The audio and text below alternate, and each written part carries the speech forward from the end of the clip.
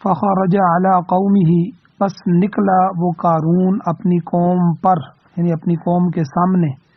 فی زینتہ، اپنی زینت میں، وہی فوجیں، وہی پیرے اور وہی اسلحہ اور وہی سارا کچھ، اس زینت کے ساتھ جب اپنی قوم پر نکلا، قال الذین، کہا ان لوگوں نے، یریدون الحیات الدنیا، جو دنیا کی زندگی چاہتے تھے، کیا کہا کہ یا لیت لنا، ہے کاش ہمارے لیے بھی، مثل ما اوتی قارون، وہی ہوتا جو دیا گیا ہے قارون کو، جو کچھ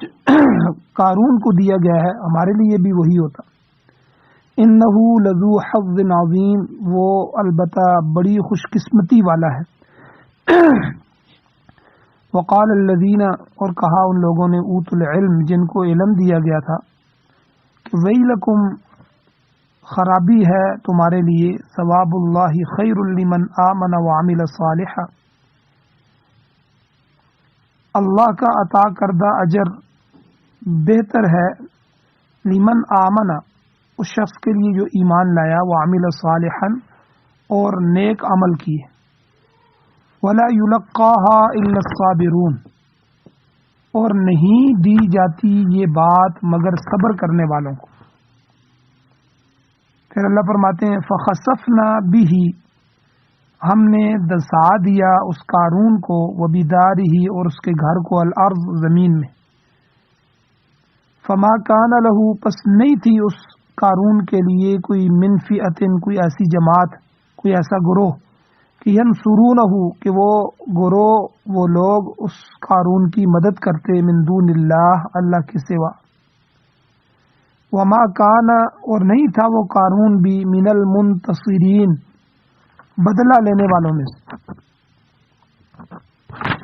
اور وَأَصْبَحَ الَّذِينَ، ہو گئے وہ لوگ کہ تمنوا، جنہوں نے تمنا کی تھی، مکانہ، اس قارون کی جگہ کا، اس قارون کے مقام اور مرتبے کا، اور بالامس، ابھی کل کے دن، ابھی گزشتہ دن جن لوگوں نے اس قارون جیسا ہونے کا، اس کے مرتبے کی تمنا کی تھی کہ ہمیں بھی اس جیسا مال مل جائے، یقولون، وہ اس کا یہ انجام دیکھ کے کہنے لگے، وہی کا ان اللہ یبسط الرزق، کہ تعجب ہے کہ اللہ تعالی کشادہ کرتے ہیں رزق کو، لمن یشاء، جس کے لیے چاہتے ہیں، من عبادہ، اپنے بندوں میں سے، ویقدر، اور جس کے لیے چاہتے ہیں اللہ تعالی اس کو تنگ کر دیتے ہیں۔ لولا امن اللہ علینا، اگر نہ ہوتی یہ بات کہ اللہ تعالی نے ہم پر احسان کیا ہے، تو لخسف بنا، تو اللہ تعالی ہمیں بھی دھسا دیتا، وہی کا انہو لا یفلح الکافرون، تعجب ہے کہ نہیں فلاح پاتے کفر کرنے والے لوگ، کافر لوگ کامیاب نہیں ہونا چاہتے، اس پر تعجب ہے۔ سورۃ القصص قرآن مجید کی 28ویں سورت ہے، اور اس کی آیت نمبر 79، 80، 81 اور 82، 4 آیات آج کے درس میں آپ کے سامنے تلاوت ہوئی ہیں، آپ نے ان کا ترجمہ سماعت فرمایا۔ سب سے پہلے ربط آیات ہے کہ ان آیتوں کا پچھلی آیات کے ساتھ کیا تعلق ہے۔ اللہ تعالیٰ نے موسیٰ علیہ السلام کے ہم قوم جو تھے قارون، اس کا ذکر کیا، جو قارون سرکش ہو گیا تھا اور مغرور ہو چکا تھا، تکبر اور غرور میں بھرا ہوا تھا، اور اللہ تعالیٰ کے عطا کردہ مال اور دولت پر اتراتا تھا۔ اس کی قوم کے لوگوں اور خود موسیٰ علیہ السلام نے بھی اس کو سمجھایا کہ وہ اس مال پر غرور نہ کرے اور تکبر نہ کرے، اس کی بجائے اس مال کو ذریعہ آخرت کا بہتر گھر تلاش کرے، ذریعہ آخرت اس مال کو بنائے، اپنی آخرت کی کامیابی اس مال سے تلاش کرے، اللہ کے راستے میں خرچ کرے، صدقہ دے، تاکہ اللہ راضی ہو جائے اور اس کی آخرت بن جائے۔ اور اسی طرح قوم نے بھی اور نبی موسیٰ علیہ السلام نے یہ بھی سمجھایا کہ مخلوق کے ساتھ تو اسی طرح احسان کر جس طرح اللہ نے تجھے مال و دولت دے کر تجھ پر احسان کیا ہے۔ اب ہر انسان کو جو مال و دولت ملا ہوا ہے یہ کس کا ہے؟ ہم تو مال و دولت لے کر ماں کے پیٹ سے پیدا تو نہیں ہوئے۔ اگر ہمارے والدین مال و دولت والے تھے تو ان کے گھر میں کس نے پیدا کیا؟ اللہ ہمیں کسی فقیر کے گھر میں بھی پیدا کر سکتا تھا۔ اور اگر ہم نے خود کمایا ہے تو یہ طاقت اور یہ صحت اور یہ دماغ اور یہ عقل مندی یہ سارا کچھ کس نے دیا ہے؟ تو اس لیے اللہ نے اگر اے قارون تجھ پر احسان کیا ہے تو جو ہے تکبر اور غرور میں نہ پڑ، تو بھی لوگوں کو مال و دولت دے کر ان پر احسان کر۔ لیکن وہ سخت مغرور تھا، متکبر تھا، کہنے لگا مجھ پر کسی کا احسان یہ تو کوئی بھی نہیں ہے۔ کس نے احسان کیا ہے؟ کیا احسان کیا ہے؟ یہ دولت یہ تو میں نے اپنے علم سے کمائی ہے، اپنے علم و ہنر کی بنا پر میں نے کمائی ہے۔ مگر اللہ تعالیٰ نے پھر تنبیہ فرمائی کہ اس شخص کو اتنا بھی پتہ نہیں چلا کہ اس جیسی متکبر قوموں کو ہم نے پہلے ہی ہلاک کیا ہے، اور وہ کوئی عام قومیں نہیں تھی، یہ تو ایک شخص ہے، وہ پوری قومیں تھی اور اس سے بھی زیادہ طاقتور تھے، اور تعداد میں بھی اکثر جمع، تعداد میں جمعیت میں بھی اس سے زیادہ تھے، مگر اللہ کے فیصلے کے مقابلے میں ان کا مال و دولت بھی کوئی کام نہ آیا، ان کی جاہ و عشمت بھی ان کے کوئی کام نہ آئی، ان کی فوج، پولیس اور محکمے بھی ان کے کچھ کام نہ آئے، اور وہ سارے لوگ اپنے انجام کو پہنچ کر رہے۔ تو اللہ نے فرمایا جب اللہ تعالیٰ کسی مجرم کو گرفت میں لیتا ہے تو پھر اس سے اس کے جرموں کے متعلق پوچھنے کی بھی ضرورت نہیں ہوتی، ان لوگوں کی ساری کارگزاری اللہ کے علم میں ہوتی ہے، اور وہ ان کے عقیدے اور عمل کے مطابق اللہ ان کے ساتھ سلوک کرتا ہے۔ اب بنیادی طور پر یہ سمجھ لیں کہ موسیٰ علیہ السلام کی جو بعثت ہے یہ دو اقوام کی طرف، یعنی بنی اسرائیل اور قبطیوں کی طرف، دونوں اقوام میں سے اللہ تعالیٰ نے بعض افراد کا خصوصی ذکر کیا ہے، جیسے سورہ مومن ہے۔ سورہ مومن میں اللہ نے فرمایا کہ ہم نے موسیٰ علیہ السلام کو اپنی آیتیں یعنی نشانیاں اور روشن دلیلیں دے کر الی فرعون و حامان و قارون، کہ فرعون، حامان اور قارون کی طرف بھیجا۔ فقالوا ساحر کذاب، آیت نمبر 24 ہے سورہ مومن کی، کہ ان بدبختوں نے آگے سے موسیٰ علیہ السلام کو ساحر اور کذاب کہا، جادوگر اور جھوٹا کہہ کر انکار کر دیا۔ گویا اللہ نے قبطی قوم میں سے فرعون اور حامان کا اور بنی اسرائیل میں سے قارون کا بطور خاص ذکر کیا ہے کہ یہ افراد موسیٰ علیہ السلام کے سخت ترین مخالفین میں سے تھے، اور آپ کو ایذا پہنچانے کا، تکلیف پہنچانے کا کوئی موقع ضائع نہیں کرتے تھے۔ بہرحال جس قارون کا تذکرہ ہو رہا ہے وہ نہ صرف اسرائیلی تھا بلکہ موسیٰ علیہ السلام کا چچا زاد بھائی بھی تھا۔ علامہ ابن کثیر رحمۃ اللہ علیہ نے تفسیر ابن کثیر میں جلد 3 صفحہ 399 میں لکھا ہے کہ موسیٰ علیہ السلام کا چچا زاد بھائی تھا۔ بظاہر تو وہ بنی اسرائیل میں ہی شامل تھا، مگر در پردہ فرعون کی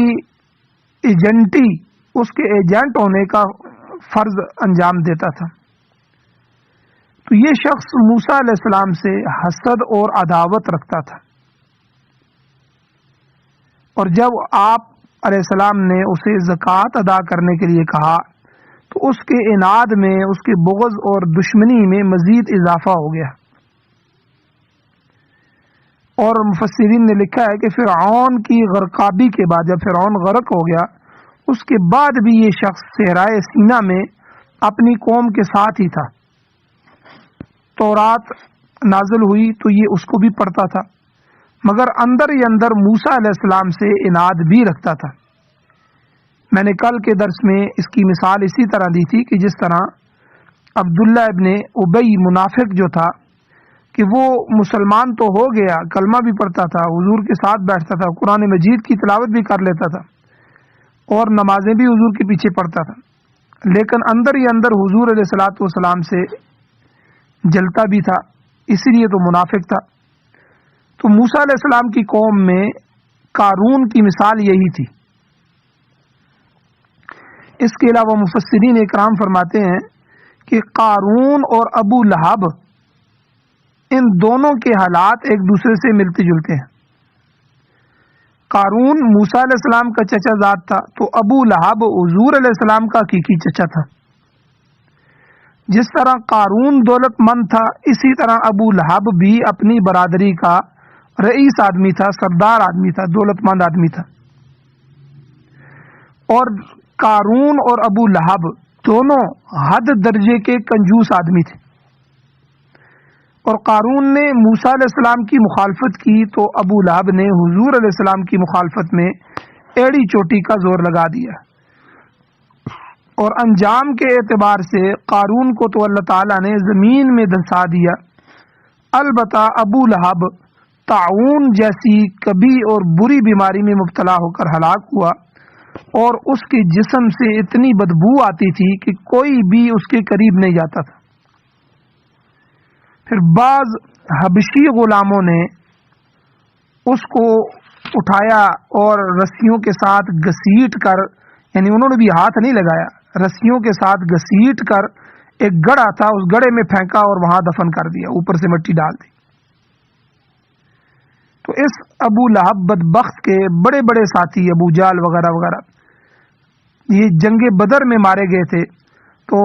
مگر اس کو بھی اللہ تعالیٰ نے ذلت ناک موت دی۔ تو بہرحال یہاں پر اللہ تعالیٰ نے اس بات کو ذکر فرمایا کہ قارون کی شان و شوکت اللہ نے بیان فرمائی، فرمایا کہ فخرج علی قومہ فی زینتی، کہ ایک دن قارون اپنی قوم کے پاس نہایت ہی زیب و زینت کے ساتھ، شان و شوکت کے ساتھ نکلا۔ شیخ سعدی رحمۃ اللہ علیہ نے قارون کے متعلق کہا ہے کہ قارون ہلاک شد کہ چہل خانہ گنج داشت، نوشیروان نمرد کے تام نکو گذاشت، یعنی فارسی کا شعر ہے جس کا ترجمہ ہے کہ قارون ہلاک ہو گیا، قارون ہلاک ہو گیا کہ چہل خانہ گنج داشت، کہ اس کے پاس سونے سے بھرے ہوئے 40 مکان تھے، نوشیرواں نمرد کے تام نکو گذاشت،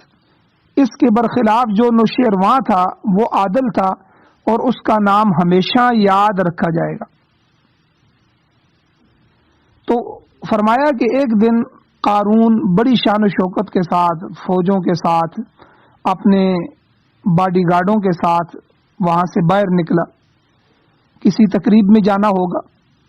نہایت فاخرہ لباس پہن رکھا تھا، اور سنہری زین والے شہابی رنگ کے خچر یا گھوڑے پر سوار تھا، نوکر چاکر ساتھ تھے، غلام تھے، لونڈیاں ساتھ تھیں۔ تو اس کی اس شان و شوکت کو دیکھ کر اللہ تعالیٰ فرماتے ہیں قال الذین یریدون الحیات الدنیا، کہا ان لوگوں نے جو دنیا کی زندگی کے ہی خواہشمند تھے، کہ اکثر لوگ ایسے ہی ہوتے ہیں جو دنیا کی زیب و زینت اور ٹھاٹ باٹ پر ہی فریفتہ ہوتے ہیں، اور وہ اسی کو اول آخر سمجھتے ہیں، ان کا ہر کام، ہر مطلب، مقصد دنیا کے لیے ہوتا ہے، ان کا سونا بھی دنیا، اٹھنا بھی دنیا، کسی سے ملاقات کرنا بھی دنیا، ان کے اندر انسانیت ہی نہیں ہوتی، بس کسی کو دیکھتے ہیں تو دنیا کی نظر سے ہی۔ تو ایسے لوگ ہر جگہ موجود ہوتے ہیں۔ تو ان لوگوں نے، دنیا داروں نے قارون کو اس حالت میں دیکھا تو ان کے منہ میں بھی پانی بھر آیا اور کہنے لگے یا لیت لنا مثل ما اوتی قارون، ہائے کاش کہ ہمیں بھی وہی کچھ حاصل ہو جاتا جو قارون کو دیا گیا ہے۔ دیکھو یہ کتنا خوش قسمت آدمی ہے جسے دنیا کی ہر آسائش حاصل ہے، کاش ہمیں بھی یہ چیزیں میسر آ جاتی۔ تو اس زمانے میں بھی لوگوں کا یہی حال ہے، کسی کی کار دیکھی، کسی کی کوٹھی دیکھی، کسی کا لباس کوئی اچھا دیکھ لیا، کسی کو عیش و عشرت میں تھوڑی سی زندگی گزارتے ہوئے دیکھ لی، کسی کے کارخانے پہ نظر پڑ گئی، کسی کی زمین جائیداد وغیرہ کو دیکھ لیا تو ویسے ہی تمنا کرنے لگتے ہیں آئے کاش ہمیں بھی یہ مل جائے۔ بلکہ اللہ تعالیٰ نے فرمایا کہ بعض لوگ تو دنیا پر اس قدر ریجھ جاتے ہیں کہ وہ یوں کہنے لگتے ہیں ربنا عجل لنا قطنا قبل یوم الحساب، سورہ صاد کی آیت نمبر 160 ہے کہ وہ پروردگار سے دعا مانگتے ہیں، ہمارے پروردگار عجل لنا، ہمیں جو کچھ دینا ہے، قطنا ہمارے حصے کا، قبل یوم الحساب قیامت سے پہلے پہلے اسی دنیا میں دے دے، اسی دنیا میں ہمیں دے دے۔ حافظ حمداللہ صاحب جو جمعیت علماء اسلام کے ہیں، ان کا میں نے خود بیان سنا، ہری پور کے اندر آئے تھے اور بیان کیا تو وہ خود کہہ رہے تھے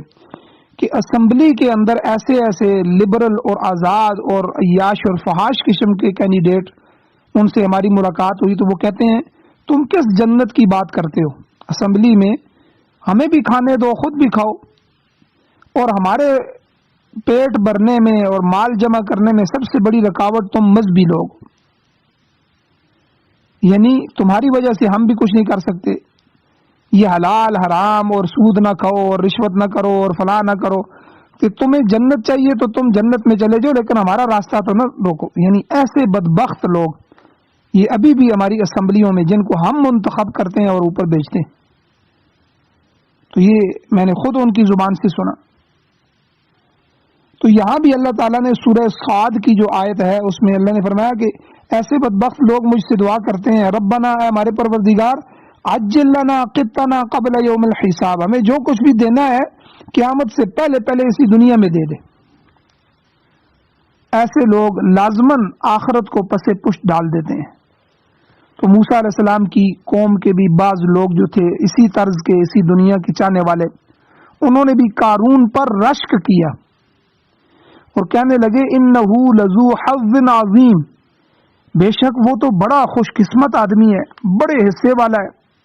جس کے پاس مال و دولت کی اس قدر فراوانی ہے۔ تو ظاہر بات ہے کچھ اگر دنیا دار اس طرح کے لوگ ہوتے ہیں تو دوسری طرف اہل علم بھی ہوتے ہیں،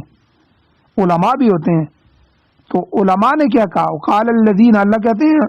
کہا ان لوگوں نے، ان لوگوں کو سمجھانے کے لیے، اوت العلم، جن کو علم دیا گیا۔ تو اس علم سے دنیا کے علوم مراد نہیں ہے، سائنس، ریاضی، ٹیکنالوجی، جغرافیہ وغیرہ وغیرہ، تو یہ دنیا کی ڈگریاں، پی ایچ ڈی وغیرہ، یہ علم والے مراد نہیں ہے، بلکہ اس سے انبیاء علیہ السلام کا علم مراد ہے، جو اس وقت موسیٰ علیہ السلام موجود تھے، اور پھر موسیٰ علیہ السلام کے واسطے سے جو وحی ملی اور جن لوگوں نے اس کو سنبھالا، تورات کے پڑھنے پڑھانے والے جو علماء تھے، وہ لوگ مراد ہیں کہ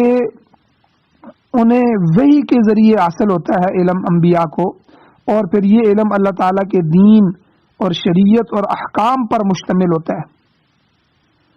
دنیا کا علم جاننے والے تو آج عیسائی اور یہودی اور دیگر لوگ بہت زیادہ ہیں، جو آسمانوں پر کمندے ڈال رہے ہیں، چاند تک پہنچ رہے ہیں، چاند سے آگے دنیا کو تلاش کرنے کی کوشش کر رہے ہیں، مگر یہ علوم آخرت کے لحاظ سے بے سود ہے۔ یہ جو علوم ہیں، یہ دنیا کے علوم، آخرت کے لحاظ سے یہ کسی کام کے نہیں ہیں۔ دنیا میں چند ٹکوں کا فائدہ ہو جائے گا، دنیا کی تعلیم سے انجینئر بن گیا تو کچھ تنخواہ لگ جائے گی، کچھ گھر اچھا بنا لے گا، کچھ 2-4 دن کھانا اچھا کھا لے گا، لیکن آخرت کے لحاظ سے دنیا اور دنیا کی تعلیم اور دنیا کے علوم یہ بے سود ہے، ان کا کوئی فائدہ نہیں۔ مفید علم تو وہ ہے جس پر اللہ تعالیٰ راضی ہو جائے، جس سے مخلوق خالق سے جڑ جائے، جس علم کے ذریعے مخلوق کو خالق کی پہچان ہو جائے، جس علم کے ذریعے اللہ اور اس کی مخلوق کے حقوق معلوم ہو سکے، جس علم کے ذریعے دل میں روشنی پیدا ہو جائے۔ تو بہرحال اللہ تعالیٰ نے فرمایا کہ جب دنیا داروں نے یہ کہا تو قال الذین اوتوا العلم، اہل علم حضرات نے، اہل علم لوگوں نے، علماء نے کیا کہا، ویلکم، تمہارے لیے خرابی ہے، تم دنیاوی ٹھاٹ باٹ کی تمنا کر رہے ہو، حالانکہ یہ ساز و سامان بالکل عارضی اور ناپائیدار ہے۔ یاد رکھو ثواب اللہ خیر لمن آمن وعمل صالحا، اللہ تعالیٰ کا عطا کردہ اجر و ثواب بہتر ہے، مگر کس کے لیے؟ اس شخص کے لیے لمن آمن، جو ایمان لایا، وعمل صالحا، اور جس نے اچھا عمل کیا۔ یعنی انسان کو چاہیے کہ وہ دنیا کے فانی اور فنا ہونے والے مال کی تمنا کرنے کی بجائے اللہ کے دائمی انعامات کی خواہش کرے۔ حضور علیہ الصلوۃ والسلام نے دعا بھی سکھلائی ہے، ترمذی شریف کے صفحہ 504 پر یہ دعا موجود ہے، اللہم لا تجعل الدنیا اکبر ہمنا ولا مبلغ علمنا۔ کتنی بہترین دعا ہے، اے اللہ ہمارا مقصود صرف دنیا کی طلب کو نہ بنا، اللہم لا تجعل الدنیا اکبر ہمنا، ہمارا سب سے بڑا غم دنیا کی طلب نہ بن جائے، ولا مبلغ علمنا، اور نہ ہی ہمارے علم کو صرف دنیا تک محدود رکھ۔ اب دنیا کی خواہش، دنیا کا علم، یہ کوئی اتنی بڑی چیز نہیں ہے، حضور نے دعا مانگی ہے۔ آج لوگ کیا کہتے ہیں، وہ کسی شاعر نے بہترین طریقے سے اس بات کو سمجھایا کہ جب بندہ مر جاتا ہے تو مرنے کے وقت جب پچھلی نظر دوڑائی جائے کہ اس بندے نے پوری زندگی 60-70 سال کیا کر کے گیا ہے، تو اس نے ایک شعر میں اس کو بند کیا، کیا کہیں احباب کیا کر ہائے نمایاں کر گئے، بی اے کیا نوکر ہوئے پینشن ملی اور مر گئے۔ یعنی ہماری زندگی کا یہی مطلب ہے کہ بچے کو بی اے ایم اے کرا لو، کچھ تعلیم ہو جائے، بی اے کیا نوکر ہوئے، پھر نوکری ملتی ہے 25-30 سال وہ نچوڑ کے نوکری کرواتے ہیں، پھر جب 60 سال کا ہو جاتا ہے ریٹائر ہو جاتا ہے، اب بونس کی زندگی ہے، تھوڑی سی جو بچ گئی ہے اس میں کیا ہوتا ہے، پینشن مل گئی اور پھر مر گئے۔ بس یہی ہماری زندگی ہے کہ ہم اپنے بچوں کا یہی مستقبل سوچتے ہیں کہ اچھی تعلیم دنیا کی ہو جائے، پھر کسی جگہ نوکری مل جائے، پھر پینشن مل جائے، پھر مر جائے۔ یہ ہماری دنیا میں آنے کا مقصد ہے۔ آج پوری دنیا اسی میں لگی ہوئی ہے، میرا بچہ اچھی پڑھائی کر لے، اچھی تعلیم دنیا کی کر لے، کوئی ڈگری مل جائے، پھر کسی اچھی جگہ پکی نوکری مل جائے، تو پھر اس کے بعد پینشن ملے۔ کہتے ہیں جی بڑا کامیاب بندہ گزرا ہے، جی بڑا کامیاب ہے، بڑا پڑھا لکھا تھا، بڑی اچھی نوکری کی، پھر پینشن کھاتا رہا، پھر جو ہے اب مر گیا۔ مجھے بتائیں اس کا آخرت میں کیا فائدہ ہے؟ اس کا کیا فائدہ ہے؟ حضور نے یہی دعا فرمائی، اللہم لا تجعل الدنیا اکبر ہمنا، ہمارا سب سے بڑا غم وہ دنیا کا غم نہ ہو جائے، ولا مبلغ علمنا، اور ہمارے علم کو اے اللہ صرف دنیا تک محدود نہ فرما۔ دنیا کی خواہش تو کافر، مشرک اور ملحد بھی کرتے ہیں۔ یہ تو کافر لوگ ہیں جو دنیا کے پیچھے پڑے رہتے ہیں، مشرک اور ملحد لوگ ہیں جو ہر وقت دنیا دنیا کرتے رہتے ہیں، جبکہ مومن آدمی کو تو برزخ کی، قبر، حشر، آخرت کی فکر ہوتی ہے، اور وہ اس کی بہتری کے طالب ہوتے ہیں۔ دنیا کی زندگی تو 100-50 سال میں ختم ہو جائے گی، اور یہاں کی ہر چیز یہیں رہ جائے گی۔ آج تک ہم نے کوئی نہیں دیکھا کہ جو دنیا سے اپنی زمینیں، جائیدادیں، کوٹھیاں، اپنی کوئی چیز لے کے جا سکا ہو، جبکہ آخرت کی زندگی لامحدود اور دائمی زندگی ہے، لہذا اس کی فکر ہونی چاہیے۔ حضرت شعیب علیہ السلام نے اپنی قوم کو تجارتی بددیانتی سے منع کرتے ہوئے فرمایا کہ کسی کا حق غصب نہ کرو، اور جو حقوق قابل ادائیگی ہیں ان کو ادا کرنے کے بعد بقیت اللہ خیر لکم ان کنتم مؤمنین، سورہ ہود آیت نمبر 86 پڑھ لیں کہ جو کچھ تمہارے پاس بچ رہے وہی تمہارے لیے بہتر ہے اگر تم ایمان والے ہو۔ مطلب یہ ہے کہ حلال روزی میں اللہ تعالیٰ برکت ڈالتا ہے، جبکہ ناجائز ذریعوں سے حاصل شدہ مال ناجائز اور حرام کاموں میں ہی صرف ہوتا ہے۔ مال حرام بوت بجائے حرام رفت کے مصداق حرام مال حرام راستے پر ہی خرچ ہوتا ہے۔ اب کتنے دنیا دار لوگ آپ نے دیکھے ہوں گے جو حلال حرام حرام جمع کرتے رہتے ہیں، اور پھر آخر پٹواریوں کو دے رہے ہیں، ججوں کو دے رہے ہیں، اسپتالوں میں لگا رہے ہیں، اور پھر بچے بچیوں کی شادیاں کر رہے ہیں تو کنجروں کو بلا رہے ہیں، کنجروں پہ خرچ کر رہے ہیں۔ کئی تو ایسے بدبخت دیکھے ہیں کہ اتنا مال جمع کر لیا، حرام ہے نا، اب حلال کی طرف ان کی توجہ ہی نہیں ہو رہی، اللہ توجہ ہی نہیں کرنے دیتے کہ جا کے عمرہ کر آئیں، جا کے حج کر آئیں۔ تو موسیٰ علیہ السلام کی قوم کے اہل علم جو لوگ تھے، انہوں نے قارون پر رشک کرنے والے لوگوں کو سمجھایا کہ تم قارون کی طرح دنیا کے طالب بن رہے ہو، تمہارا یہ سودا اچھا سودا نہیں ہے، بلکہ اہل ایمان اور اعمال صالحہ انجام دینے والوں کو جو کچھ اللہ کے ہاں ملنے والا ہے وہ بہتر ہے۔ اور ساتھ یہ بھی فرما دیا وَلَا يُلَقَّاهَا إِلَّا الصَّابِرُونَ، یہ سعادت مندی یہ تو صرف اور صرف صبر کرنے والوں کو ہی حاصل ہوتی ہے۔ اہل ایمان دنیا میں مشکلات کو برداشت کرتے ہیں۔ دنیاوی معاملات میں آپ اس وقت آپ معاشرے میں دیکھیں، سب سے کم تنخواہ مزدور کی تنخواہ ہے، عام مزدور کی، اور مزدور سے بھی کم تنخواہ علماء کی ہے۔ آپ پاکستان میں کسی جگہ چلے جائیں تو یہ صبر ہی ہے نا، وَلَا يُلَقَّاهَا إِلَّا الصَّابِرُونَ۔ علماء اتنی کم ترین تنخواہ میں کہ ایک محلہ مل کے پورا جو ہے پورا محلہ مسجد کے ساتھ وہ اپنے امام کو مزدور جتنی تنخواہ نہیں دے سکتا۔ مزدور بھی 1000-1200 کی دیہڑی لگاتا ہے تو 25 سے 30-35 ہزار روپیہ اس کا بنتا ہے اس زمانے میں، لیکن امام کی 14,000 18,000 20,000 تنخواہ ہے۔ لیکن کبھی علماء نے کسی کو تانا نہیں دیا، کبھی احتجاج نہیں کیا،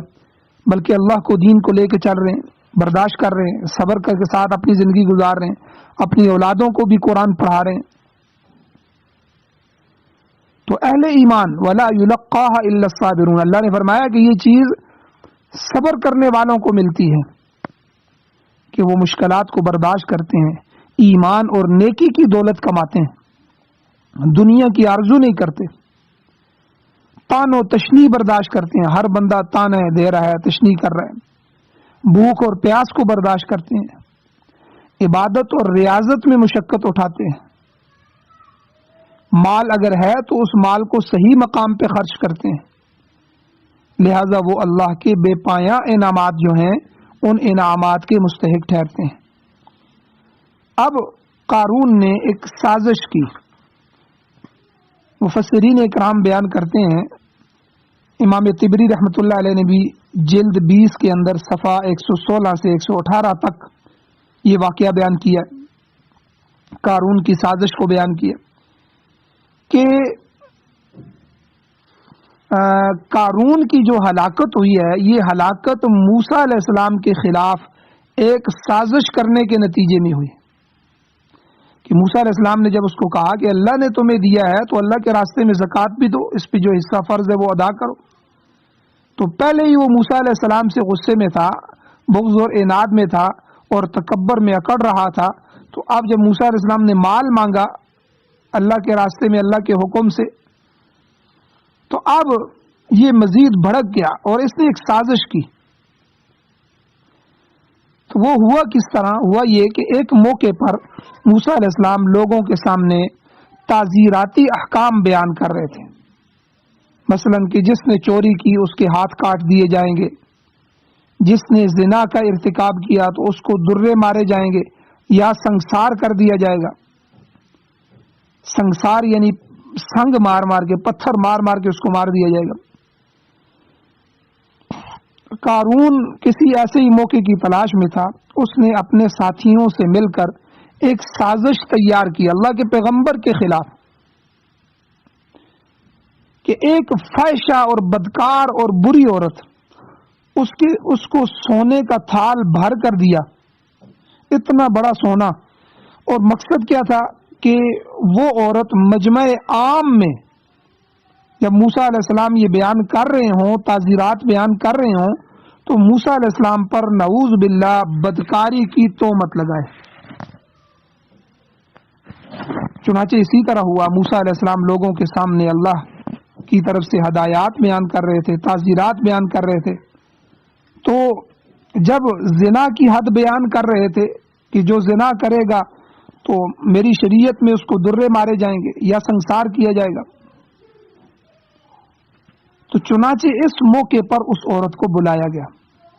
بہت سے لوگ جمع تھے جنہیں موسیٰ علیہ السلام واعظ کر رہے تھے، نصیحت کر رہے تھے۔ عین اس وقت قارون نے موسیٰ علیہ السلام سے سوال کر دیا کہ کیا ہر مجرم کی یہی سزا ہے؟ آپ نے اس بات میں جواب دیا کہ ہاں بالکل اسی طرح ہے۔ پھر قارون نے مزید پوچھا، کتنا بدبخت آدمی تھا، اللہ کے پیغمبر کو کہنے لگا کہ اگر آپ بھی نعوذ باللہ زنا کے مرتکب ہوں گے تو کیا آپ کو بھی یہی سزا دی جائے گی؟ حالانکہ اللہ کے پیغمبر معصوم ہوتے ہیں،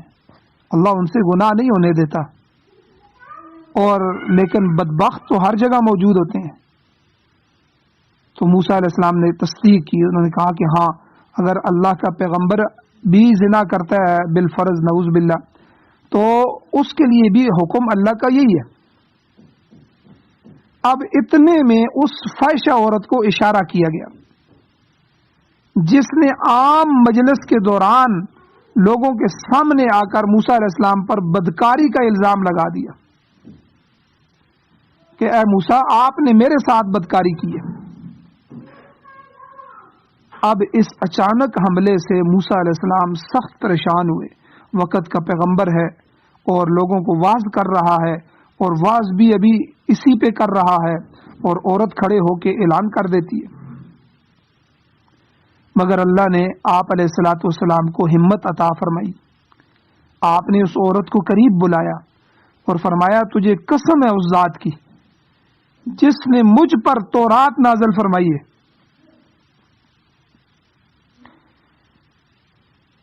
جس اللہ نے بحرہ کلزم میں بنی اسرائیل کے لیے راستے بنا دیے،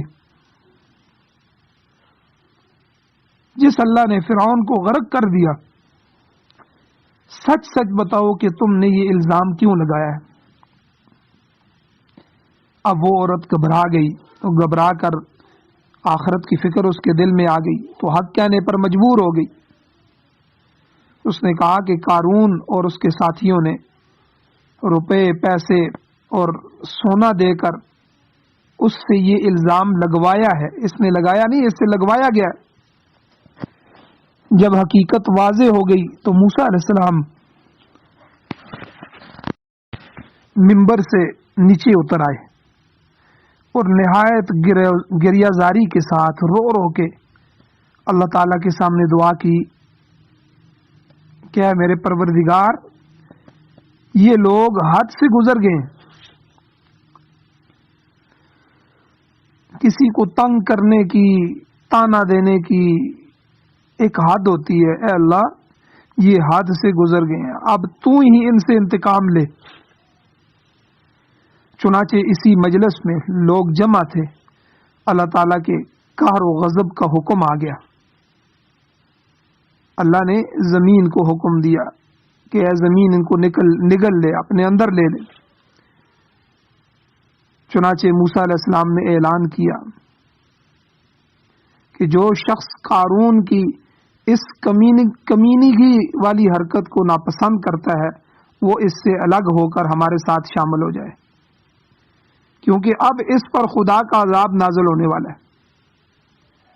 چنانچہ مفسرین بیان کرتے ہیں کہ لوگوں کی اکثریت نے قارون سے علیحدگی اختیار کر لی اور اس کے ساتھ چند افراد رہ گئے جو اس کے گھر والے تھے یا دیگر جو اس کے حامی تھے۔ پھر دیکھتے ہی دیکھتے قارون کی جو مکانات تھے جن میں مال و دولت جمع کر رکھا تھا اس نے،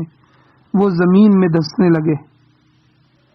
اس کے ساتھ قارون اور اس کے حامی بھی زمین میں دسا دیے گئے۔ تو بہرحال قارون کے علاوہ یہ سزا بعض دوسرے لوگوں کو بھی ملی ہے۔ حضور صلی اللہ علیہ وسلم کا پاک ارشاد ہے کہ پہلی امتوں میں سے ایک شخص دو جو ہے وہ دہاری جو ہوتی ہے، دو دیدہ زیب چادریں اوڑھ کر اکڑ کر جا رہا تھا۔ ایک چادر تہبند کے طور پر باندھ رکھی تھی اور دوسری چادر اوپر اوڑھی ہوئی تھی۔ حضور علیہ السلام نے فرمایا کہ اس کے غرور اور تکبر کی بنا پر اللہ نے اس کو زمین میں دسا دیا اور وہ قیامت تک دستا ہی چلا جائے گا، حتیٰ کہ قیامت کے دن کہیں اس کا قدم جا کر ٹکے گا۔ تو بہرحال اگلی آیت میں اللہ تعالیٰ نے قارون کی ہلاکت کا حال بیان کیا ہے. اللہ کہتے ہیں فَخَسَفْنَا بِهِ وَبَدَارِهِ الْأَرْضِ، فَخَسَفْنَا بِهِ وَبِدَارِهِ الْأَرْضِ، کہ ہم نے دسا دیا قارون کو اور اس کے گھر کو زمین میں. مطلب یہ کہ جن مکانات میں اس نے خزانے جمع کر رکھے تھے، قارون کے ساتھ وہ بھی زمین میں دسا دیے گئے. اور اس طرح نہ وہ خود باقی رہا نہ اس کا مال و دولت باقی رہے. اللہ نے خزانوں کو بھی زمین میں غرق کر دیا تاکہ کوئی یہ نہ کر سکے، یہ نہ کہہ سکے کہ موسیٰ علیہ السلام اس کی ہلاکت کے بعد قارون کے خزانوں پر قبضہ کرنا چاہتے تھے. حالانکہ یہ تو اس کی اپنی غلط کارروائی کا نتیجہ تھا کہ اللہ نے اسے عبرتناک سزا دی. فرمایا اس کی حالت یہ تھی فما کان لہ من فئۃ ینصرونہ من دون اللہ، اللہ کے سوا کوئی گروہ، کوئی جماعت، کوئی لوگ ایسے نہیں تھے جو اس کی مدد کرنے والے ہوں. وما کان من المنتصرین، اور نہ وہ کسی سے انتقام لینے کی طاقت رکھتا تھا. کف افسوس ملتا ہوا زمین میں دھنس گیا. بہرحال دنیا میں خسف، زمین میں دھسانے کے واقعات پیش آتے رہتے ہیں. اخبار میں بھی ہم نے کئی واقعات پڑھے ہیں. 1949 کا ایک واقعہ بھی موجود ہے کہ حضرت لکھتے ہیں کہ صوفی عبدالحمید سواتی صاحب رحمۃ اللہ علیہ وہ فرماتے ہیں کہ 1949 میں فیروز پور کے کسی علاقے میں اسکولی بچے اسکول میں پڑھ رہے تھے کہ اچانک پوری کی پوری عمارت زمین میں دھنس گئی. اسی طرح جب جاپان میں زلزلہ آیا تھا تو زمین میں ہزار میل لمبی دراڑیں پڑ گئی تھی، اور اس زلزلے میں 1.5-2 لاکھ انسان لقمہ اجل بن گئے اور اتنے ہی زخمی ہوئے. اور امریکہ میں ایک دفعہ شہاب ثاقب گرا تو شہاب کے گرنے سے ایک بستی کے 300-400 آدمی جل کے خاکستر ہو گئے تھے. اسی طرح 2005 کا جب زلزلہ آیا تو بالاکوٹ اور کشمیر کے علاقوں میں کتنے ہی لوگ تھے جو زمین کے اندر چلے گئے. تو بہرحال اس قسم کی آزمائش اور بعض دفعہ اس قسم کی سزا بعض اوقات ملا کرتی ہے، اور قارون بھی اسی طرح کی گرفت میں آیا. اب جو اس پر رشک کرنے والے تھے ان کا اعتراف حقیقت اللہ نے بیان فرمایا. اللہ نے فرمایا جب لوگوں نے قارون کو اور اس کے خزانوں کو اس طرح ہلاک ہوتے دیکھا تو اصبح الذین تمنوا مکانہ بالامس، تو کل تک جو لوگ اس قارون کے مرتبے کی تمنا کیا کرتے تھے کہ اس جیسا مرتبہ ہمیں بھی مل جائے، اتنی دولت ہمیں بھی مل جائے، یقولون وَيْكَأَنَّ اللَّهَ يَبْسُطُ الرِّزْقَ لِمَن يَشَاءُ مِنْ عِبَادِهِ وَيَقْدِرُ. اب وہ کہنے لگے کہ تعجب ہے کہ اللہ تعالیٰ اپنے بندوں میں سے جس کی چاہتا ہے روزی وسیع کر دیتا ہے، جس کی چاہتا ہے تنگ کر دیتا ہے. اس کی مصلحت کو اللہ تعالیٰ ہی بہتر جانتا ہے. مخلوق اس سلسلے میں بالکل عاجز ہے. یہ اللہ کی حکمت ہے کہ بعض اوقات وہ بدترین قسم کے نافرمانوں کے لیے بھی رزق کے دروازے کھول دیتا ہے، اور وہ سونے اور چاندی میں کھیلتے ہیں، جبکہ بعض دفعہ نہایت ہی نیک آدمی تنگی کی زندگی بسر کرنے پر مجبور ہو جاتے ہیں. تو یہ میرے بھائیو دنیا ہے، دنیا آزمائش کا گھر ہے. تو ان رشک کرنے والوں نے یہ مزید کہا کہ لولا امن اللہ علینا لخسف بنا، اگر اللہ تعالی ہم پر احسان نہ کرتا تو ہمیں بھی زمین میں دھسا دیتا. اب ان لوگوں نے حقیقت کو پہچانا اور کہنے لگے کہ کل تک تو ہم قارون کی شان و شوکت کی تمنا کر رہے تھے، مگر اس کا مال اور دولت تو اس کے لیے قہر الہی کا سبب بن گیا. اللہ تعالیٰ کا بڑا احسان ہے کہ ہم اس سزا سے بچ گئے. اگر ہم اسی کی طرف ہوتے، اسی کے ساتھ ہوتے تو آج اسی کے ساتھ ہم بھی دھنس جاتے. اگر اللہ نے احسان نہ کیا ہوتا تو ہم بھی اسی کی طرح تباہ ہو جاتے. ان لوگوں نے اس حقیقت کو بھی تسلیم کیا کہ وَيْكَأَنَّهُ لَا يُفْلِحُ الْكَافِرُونَ، کہنے لگے تعجب ہے، یعنی حسرت اور افسوس کا مقام ہے کہ کافر لوگ کبھی فلاح نہیں پائیں گے. اگر آج امریکہ، برطانیہ، یورپ، جاپان، چائنا، دنیا کا کافر بظاہر کامیاب نظر آ رہا ہے، تو کل وہ جہنم کے کندہ ناتراش بننے والے، کل وہ جہنم کا ایندھن بننے والے۔ اللہ تعالیٰ کفر سے اور شرک سے محفوظ رکھے۔ انسان کو توبہ کرنا چاہیے تاکہ اللہ تعالیٰ معاف فرما دے اور اس کے لیے جنت لازم فرما دے۔ تو یہاں فرمایا کہ لا یفلح الکافرون، کافر لوگ جو ہے وہ فلاح اور کامیابی کی طرف نہیں جاتے۔ دعا ہے اللہ تعالیٰ ہمیں عمل کی توفیق عطا فرمائے۔